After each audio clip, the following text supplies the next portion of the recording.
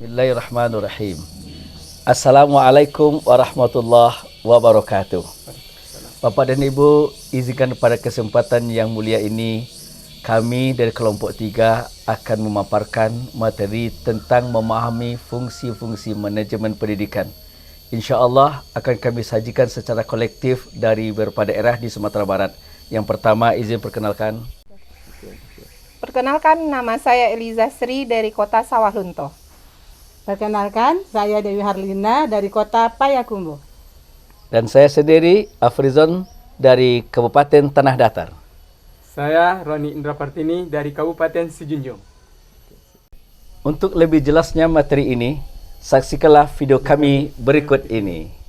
Bismillahirrahmanirrahim. Assalamualaikum warahmatullahi wabarakatuh.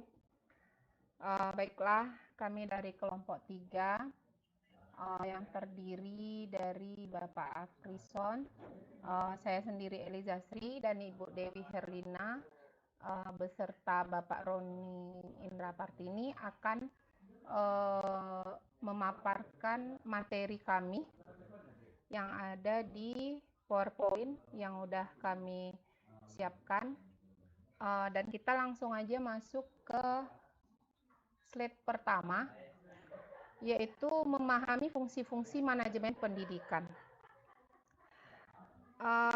Fungsi manajemen pendidikan menurut para ahli. Yang A, fungsi manajemen pendidikan, fungsi manajemen menurut Luther Gulick. Yang pertama yaitu planning atau perencanaan. Perencanaan yang kata dasarnya rencana, pada dasarnya merupakan tindakan memilih dan menetapkan segala aktivitas dan sumber daya yang akan dilaksanakan dan digunakan di masa yang akan datang akan mencapai tujuan tertentu. Yang kedua, organizing atau pengorganisasian. Pengorganisasian diartikan sebagai kegiatan pembagi tugas-tugas pada orang yang terlibat dalam kerjasama di suatu institusi. Selanjutnya yang ketiga, staffing atau disebut juga dengan penyusunan pegawai. Penyusunan kerja adalah upaya manajer dalam menggerakkan orang-orang untuk melakukan pekerjaan secara efektif dan efisien berdasarkan perencanaan dan pembagian tugas masing-masing. Yang keempat, directing atau pengarahan.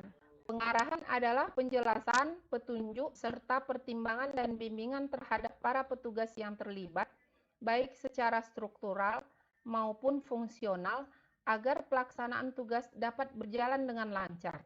Dengan pengarahan, staf yang telah diangkat dan dipercayakan melaksanakan tugas di bidangnya masing-masing, tidak menyimpang dari garis program yang telah ditentukan. Yang kelima, coordinating atau koordinasi. Coordinating atau pengkoordinasian merupakan satu dari beberapa fungsi manajemen untuk melakukan berbagai kegiatan agar tidak terjadi kekacauan, percekcokan, kekosongan kegiatan dengan jalan menghubungkan, menyatukan dan menyelaraskan pekerjaan bawahan sehingga terdapat kerjasama yang terarah dalam upaya mencapai tujuan organisasi. Kita masuk ke yang keenam, yaitu reporting atau pelaporan. Dengan pelaporan dimaksudkan sebagai fungsi yang berkaitan dengan pemberian informasi kepada manajer, sehingga yang bersangkutan dapat mengikuti perkembangan dan kemajuan kerja. Jalur pelaporan dapat bersifat vertikal, tetapi dapat juga bersifat horizontal. Masuk ke yang ketujuh, budgeting atau pembuatan anggaran. Luther Gulick mengemukakan bahwa penganggaran termasuk salah satu fungsi manajemen. Penganggaran adalah fungsi yang berkenaan dengan pengendalian organisasi melalui perencanaan fiskal dan akuntansi. Yang kedelapan, controlling atau pengawasan. Proses pengawasan mencatat perkembangan ke arah tujuan dan memungkinkan manajer mendeteksi penyimpangan dari perencanaan tepat pada waktunya untuk mengambil tindakan korektif sebelum terlambat. Dari pembahasan di atas, dapat kita tarik kesimpulan bahwa Manajemen dapat dilakukan dengan baik apabila bisa menggerakkan, mengkoordinir, mengarahkan, dan mengatur sesuai proses pemanfaatan sumber daya organisasi dan sumber-sumber lainnya, serta efektif dan efisien untuk mencapai tujuan yang direncanakan, sesuai dengan perencanaan beserta kelompok atau kelompok yang diarahkan. Di samping itu juga untuk mengetahui semua fungsi manajemen berjalan dengan baik, dibutuhkan perencanaan yang baik bersama kelompok yang disertai dengan pengorganisasian dan pengarahan. Yang terpenting adalah proses pengawasan untuk memonitor kemajuan organisasi dalam mencapai tujuan dan proses membandingkan hasil dan harapan. Lanjut kita ke B. Fungsi manajemen menurut Gerd R. Terry. Yang pertama yaitu perencanaan. Perencanaan menurut Gerd R. Terry adalah sebagai dasar pemikiran dari tujuan dan penyusunan langkah-langkah yang akan dipakai untuk mencapai tujuan. Merencanakan berarti mempersiapkan segala kebutuhan, memperhitungkan matang-matang apa saja yang menjadi kendala, dan memutuskan bentuk pelaksanaan kegiatan yang bermaksud untuk mencapai tujuan. Yang kedua, pengorganisasian menurut Gerd R. Terry, yaitu sebagai cara untuk mengumpulkan orang-orang dan menempatkan mereka menurut kemampuan dan keahliannya dalam pekerjaan yang sudah direncanakan. Yang ketiga, pergerakan atau actuating, yaitu untuk menggerakkan organisasi agar berjalan sesuai dengan pembagian kerja masing-masing, serta menggerakkan seluruh sumber daya yang ada dalam organisasi, agar pekerjaan atau kegiatan yang dilakukan bisa berjalan sesuai dengan rencana dan mencapai tujuan. Yang keempat, pengawasan atau controlling, yaitu pengawasan atau controlling menurut Gerd and Terry, yaitu untuk mengawasi apakah gerakan dari organisasi ini sudah sesuai dengan rencana atau belum, serta mengawasi penggunaan serta sumber daya dalam organisasi agar bisa tercapai secara efektif dan efisien tanpa ada yang melenceng dari rencana. Hakikat dari fungsi manajemen dari Terry adalah apa yang direncanakan itu yang akan dicapai. Maka fungsi perencanaan harus dilakukan sebaik mungkin agar dalam proses pelaksanaannya bisa berjalan dengan baik, serta segala kekurangan bisa diatasi. Sebelum kita melakukan perencanaan, ada baiknya rumuskan dulu tujuan yang akan dicapai. Yang ketiga, menurut para ahli selanjutnya yaitu berdasarkan Harold Kohn. Menurut Harold Kohn, yang pertama, fungsi manajemen adalah perencanaan atau planning. Pada hakikatnya, perencanaan merupakan proses pengambilan keputusan yang merupakan dasar bagi kegiatan-kegiatan atau tindakan-tindakan ekonomis dan efektif pada waktu yang akan datang. Proses ini memerlukan pemikiran tentang apa yang perlu dikerjakan, bagaimana dan di mana suatu kegiatan perlu dilakukan, serta siapa yang bertanggung jawab atas hal tersebut. Yang kedua, menurut Harold Kohn adalah pengorganisasian atau organizing. Organizing, fungsi pengorganisasian dapat didefinisikan sebagai proses menciptakan hubungan-hubungan antara fungsi-fungsi, personalia, dan faktor fisik agar kegiatan-kegiatan yang dilaksanakan disatukan dan diarahkan pada pencapaian tujuan bersama. Lanjut yang ketiga, fungsi manajemen menurut Harold Kohn itu adalah penyusunan kerja atau staffing. Staffing ada penyusunan kerja menurut Harold Kohn adalah upaya manajer dalam menggerakkan orang-orang untuk melakukan pekerjaan secara efektif dan efisien berdasarkan perencanaan dan pembagian tugas masing-masing. Untuk menggerakkan tugas-tugas tersebut perlu adanya dukungan atau motivasi dan pengembangan. Selanjutnya, yang keempat yaitu pengarahan atau directing. Pengarahan merupakan fungsi manajemen yang menstimulir yang menstimulir tindakan-tindakan agar betul-betul dilaksanakan. Oleh karena itu, tindakan-tindakan itu dilakukan oleh orang. Maka, pengarahan meliputi pemberian perintah-perintah dan motivasi pada personalia yang melaksanakan perintah-perintah tersebut. Yang kelima, menurut Harold Kuhn adalah pengawasan atau controlling. Fungsi pengawasan pada hakikatnya mengatur apakah kegiatan sesuai dengan persyaratan-persyaratan yang ditentukan dalam rencana, sehingga pengawasan membawa kita pada fungsi perencanaan. Makin jelas, lengkap, serta terkoordinir rencana-rencana, makin lengkap pula pengawasannya. Lanjut kita, fungsi manajemen menurut James A.F. Stoner dan Charles Wankel. Yang pertama menurut mereka adalah perencanaan atau planning. Planning berdasarkan mereka berarti menunjukkan bahwa para manajer memikirkan tujuan dan kegiatannya sebelum melaksanakannya. Kegiatan mereka biasanya berdasar suatu cara, rencana, atau logika, bukan asal tebak saja. Yang kedua, menurut James A.F. Stoner dan Charles Wankel itu adalah pengorganisasian atau organization. Organization berarti para manajer itu mengkoordinir sumber daya manusia dan sumber daya bahan yang dimiliki organisasi. Sejauh mana efektifnya suatu organisasi tergantung pada kemampuannya untuk mengarahkan sumber daya yang ada dalam mencapai tujuannya. Tentu saja, dengan makin terpadu dan makin terarahnya pekerjaan akan menghasilkan makin efektifnya suatu organisasi. Mendapatkan koordinasi yang sedemikian itu adalah salah satu tugas manajer.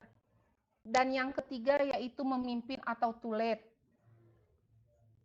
Memimpin menunjukkan bagaimana para manajer mengarahkan dan mempengaruhi bawahannya, menggunakan orang lain untuk melaksanakan tugas tertentu dengan menciptakan suasana tepat. Mereka membantu bawahannya bekerja sebaik mungkin. Yang keempat menurut mereka adalah pengendalian atau controlling. Pengendalian berarti para manajer berusaha untuk meyakinkan bahwa organisasi bergerak dalam arah tujuan. Apabila salah satu bagian dari organisasi menuju arah yang salah, para manajer berusaha untuk mencari sebabnya dan kemudian mengarahkan kembali ke tujuan yang benar.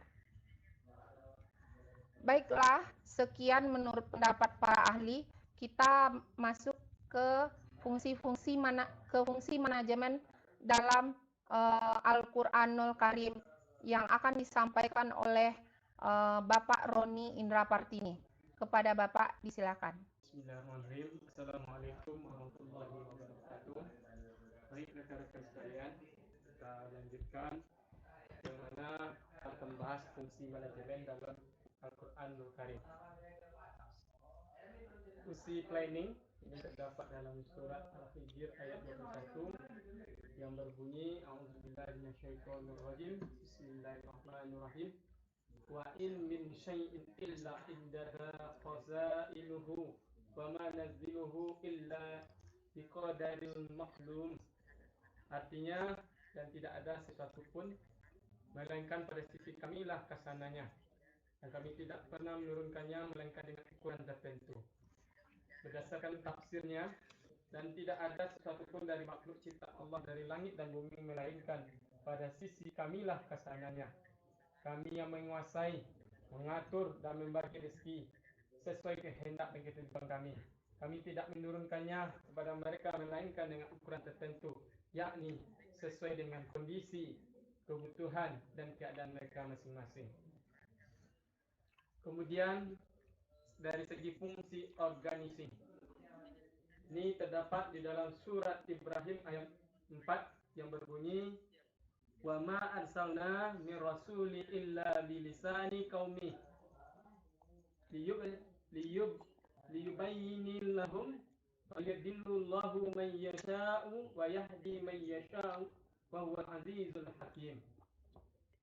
Artinya, dan kami tidak mengutus seorang rasul pun melainkan dengan bahasa kaumnya, agar dia dapat memberi penjelasan kepada mereka. Maka Allah menyesatkan siapa yang dia kehendaki dan memberi petunjuk kepada siapa yang dia kehendaki. Dia yang maha perkasa, maha bijaksana. Dan ini dapat ditafsirkan, dan ketahuilah bahwa kami tidak pernah mengutus seorang rasul pun pada umat manusia, melainkan dengan bahasa yang digunakan oleh kaumnya. Yang demikian itu bertujuan agar dia dapat memberi penjelasan tentang syariat Allah dengan baik kepada mereka. Maka setelah Rasul itu memberi penjelasan, Allah menyesatkan, membiarkan sesat siapa yang dia kehendaki. Kemudian fungsi yang ketiga yaitu fungsi ad-waiting. Ini terdapat di dalam surat As-Saff ayat 3 yang berbunyi kabura maqtan indallahi an taqulu ma la taf'alun. Artinya, itulah sangatlah dibenci di sisi Allah jika kamu mengatakan apa-apa yang tidak kamu kerjakan. Tafsir, perbuatan kamu, wahai orang-orang yang beriman, yang tidak melakukan apa yang sudah dikatakan atau disampaikan kepada orang lain, sangatlah dibenci di sisi Allah Subhanahu wa taala. Jika kamu mengikuti kebiasaan orang-orang munafik, mengatakan apa-apa yang tidak kamu kerjakan, bermuka dua, tidak ada kesatuan kata dan perbuatan yang tidak ada dan integritasnya. Selanjutnya yaitu fungsi controlling. Di dalam surat Al-Quran, surat Al-Isra ayat 13 yang berbunyi wa kulla insanin nuhu qanirahu fil unuqih wa nukhriju lahu yawmal qiyamah kitaban yalqahu mansura. Dan tiap-tiap manusia itu telah kami tetapkan amal perbuatannya sebagaimana tetapnya kalung pada lehernya, dan kami keluarkan baginya pada hari kiamat sebuah kitab yang dijumpai terbuka. Berdasarkan tafsirnya, dan setiap manusia Allah telah menjadikan apa yang dia perbuat, yang baik maupun yang buruk, selalu melekat kepadanya. Maka dia tidak akan dihisap karena perbuatan orang lain, juga tidak akan dihisap orang lain karena amal dia. Dan pada hari kiamat Allah akan mengeluarkan baginya satu buku yang berisi catatan segala perbuatan yang akan ia lihat terbuka. Kemudian fungsi yang keempat yaitu fungsi evaluation atau evaluasi. Di dalam surat Al-Asr ayat 18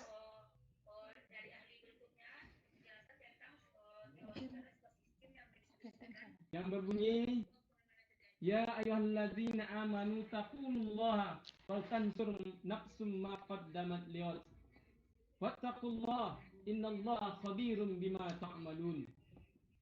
Artinya, hai orang-orang yang beriman, bertakwalah kepada Allah dan hendaklah setiap diri memperhatikan apa yang telah diperbuatnya untuk hari esok akhirat.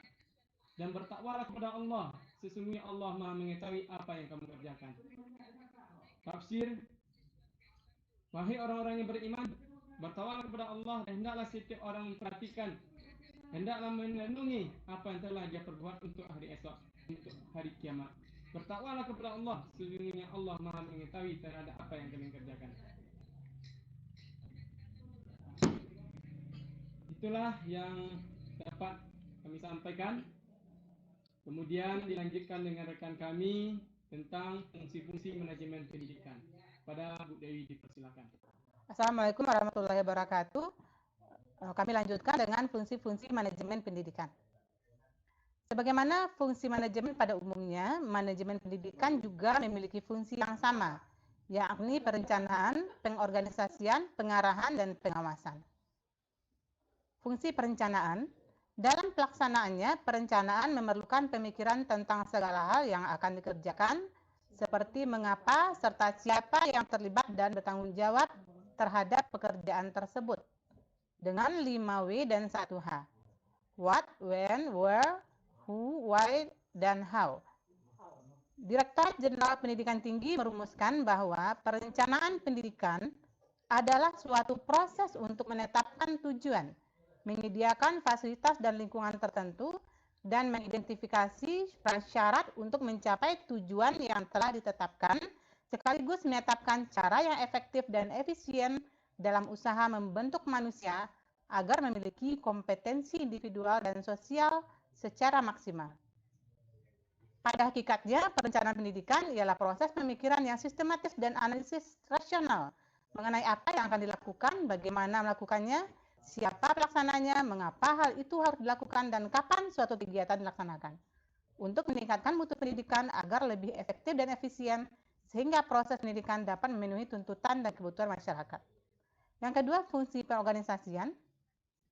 Pengorganisasian adalah proses pembagian kerja dalam tugas-tugas yang lebih kecil, membebankan tugas-tugas itu kepada orang yang sesuai dengan kemampuannya, mengalokasikan sumber daya, dan mengkoordinasikan demi efektivitas pencapaian tujuan organisasi.